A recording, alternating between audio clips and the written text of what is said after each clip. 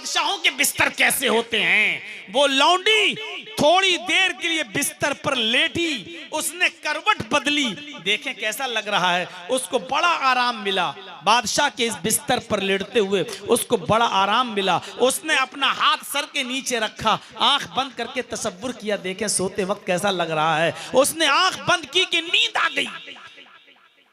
थोड़ी देर के बाद बादशाह आ गया, अबुल हाकिम आ गया, हमीदुद्दीन आ गया।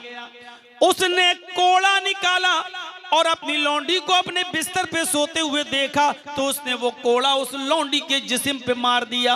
और जैसे कोड़ा उस लौंडी के जिस्म पे मारा, एक ही कोड़े की तकलीफ से लौंडी उठ गई, जल्दी से उठी। उसने जल्दी से चादर ओढ़ी और सीधे बिस्तर से अलग हटकर खड़ी हो जाती है। अबुल हाकिम ने कहा, मेरे बिस्तर पर तेरी हिम्मत कैसे हुई लेटने की? ये बिस्तर मेरा है, बादशाह का, हाकिम वक्त का, और तू लेट गई? तेरी मामूली लड़की, मामूली लौंडी, तू मेरे बिस्तर पर कैसे लेटी? उसने कहा, आका नहीं, मैं लेटना नहीं चाहती थी, मैं सोने का इरादा नहीं था, बस मैं देखना चाहती थी कि बादशाहों के बिस्तर कैसे होते हैं, आराम कितना होता है, बस देखना चाहती थी। वो तो अचानक नींद आ गई। खड़ी हो जा, खड़ी कर दिया। एक कोड़ा मार चुका था पहले, एक और मारा, चादर फट गई। एक और मारा, चादर दूसरी जगह से फट गई। एक और मारा, चादर तीसरी जगह से फट गई। एक और मारा, खाल दिखने लगी। एक और मारा, खाल फट गई। एक और मारा, उस खाल से खून गिरने लगा। मारते मारते उसने 10 कोड़े पूरे किए। लेकिन एक अजीब कैफियत, वो कोड़ा मारता जाता और लौंडी मुस्कुराती जाती। फिर दूसरा कोड़ा मारता, वो और ज्यादा मुस्कुराती। तीसरा कोड़ा मारता, उसके जिस्म से खून निकल रहा है लेकिन लौंडी पहले से ज्यादा तेज मुस्कुराती। छठा, सातवां, आठवां कोड़ा पड़ा तो उसकी मुस्कुराहट हंसी में बदल गई। 9वां और 10वां कोड़ा मारते मारते उस लड़की की हंसी जोर से निकल गई, कह कहे में हंसने लगी। अबुल हाकिम ने कहा कि मैं तुझे हंसने के लिए मार रहा हूं क्या? मैं तो तकलीफ देने के लिए तुझे मार रहा हूं और तू हंस रही है। क्या मेरी मार से तुझे तकलीफ नहीं हो रही है? मैं इतने कोड़े तुझे मार रहा हूं, क्या तुझे तकलीफ नहीं हो रही है? उसने कहा, बादशाह, अय अबुल हाकिम, मेरे मालिक, मेरे आका, जब तू तकलीफ देने के लिए मार रहा है तो मुझे तकलीफ क्यों नहीं होगी?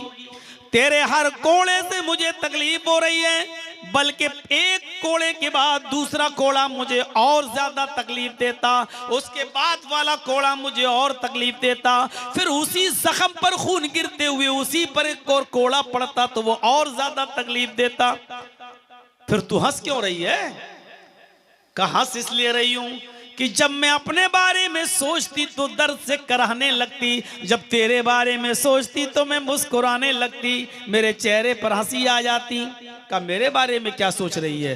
कहा, मैं यही सोच रही हूं कि थोड़ी सी देर तेरे बिस्तर पर मैंने आराम से क्या नींद पा ली, थोड़ी देर के लिए तेरे बिस्तर पर मैं आराम से क्या सो गई, थोड़ी देर के लिए तेरे बिस्तर पर मैं क्या चली गई, थोड़ी देर के लिए तेरे बिस्तर पर मैंने आंख क्या मारी, हल्की सी नींद क्या ली कि तेरी अदालत में मुझे ये सजा मिल रही है कि मेरे जिस्म को लहू लुहान कर दिया, मेरे जिस्म को छलनी छलनी कर दिया, मेरे जिस्म से खून के कतरे गिरने लगे। जब थोड़ी देर तेरे बिस्तर पर सोने की सजा तेरी अदालत में ये है तो मैं ये सोच रही हूं कि जिसने पूरी जिंदगी ऐशो आराम में गुजारी हो, जिसकी जिंदगी में कभी तकलीफ ना आई हो, अल्लाह की अदालत में उसकी सजा क्या होगी। मैं तेरे बारे में सोच रही हूं कि तूने तो जरा देर भी तकलीफ नहीं उठाई, तू तो पूरी जिंदगी ऐशो आराम में रहा। जब थोड़ी सी आराम की सजा तेरी अदालत में यह है कि उसके जिस्म से खून निकाल दो, तो अल्लाह की अदालत में तेरी सजा क्या होगी जिसकी पूरी जिंदगी ऐशो आराम में गुजरी है। बस एक जुमला बोला इस लौंडी ने, इस बांदी ने, इस खातिमा ने, अबुल हाकिम हमीदुद्दीन के दिल पे असर कर गया। उसने कोड़ा जमीन पर फेंका, उस लड़की के हाथ बांध दिए थे उसको खोला और कहने लगा, जाओ जाओ मैंने तुम्हें आजाद कर दिया, आज के बाद तुम मेरी लौंडी नहीं हो, तुम जहां जाना चाहो तुम जा सकती हो, मैंने तुम्हें अपनी गुलामी से आजाद कर दिया है, जाओ मैंने तुम्हें आजादी दे दी। वो लौंडी आजाद कर दी गई और ये आदमी अबुल हाकिम हमीदुद्दीन ने इस्तीफा दे दिया हुकूमत से।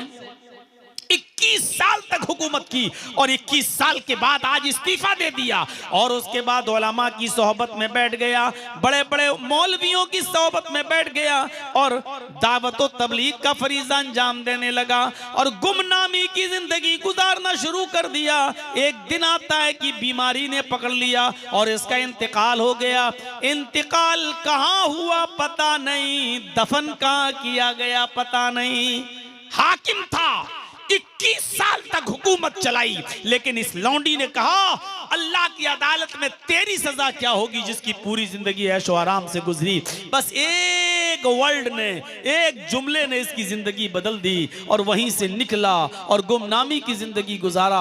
पूरी जिंदगी लोगों को दावत व तबलीग में देता रहा, एक अल्लाह की इबादत की तरफ बुलाता रहा, अपने आप को गुमनाम कर लिया। किसी को नहीं बताता था कि मैं हाकिम वक्त हूं, मैं बादशाह रह चुका हूं, किसी को नहीं बताता था। बस एक अल्लाह की तरफ बुलाना, नमाज पढ़ना, अपने घर में चला जाना, अल्लाह की तरफ दावत देना, नमाज पढ़ना और अपने घर में घुस जाना।